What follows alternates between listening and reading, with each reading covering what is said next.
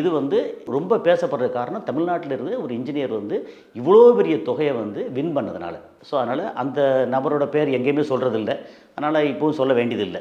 இது வந்து துபாய் வந்து ஒரு இஸ்லாமிக் கண்ட்ரி. இது வந்து ஹராம் இல்லையான்னு கேட்டீங்க, கண்டிப்பாக இது ஹராம் தான். ஓகே, இந்த குழுக்கள் இருக்குல்ல, அதில் 2 விஷயம் இருக்குது.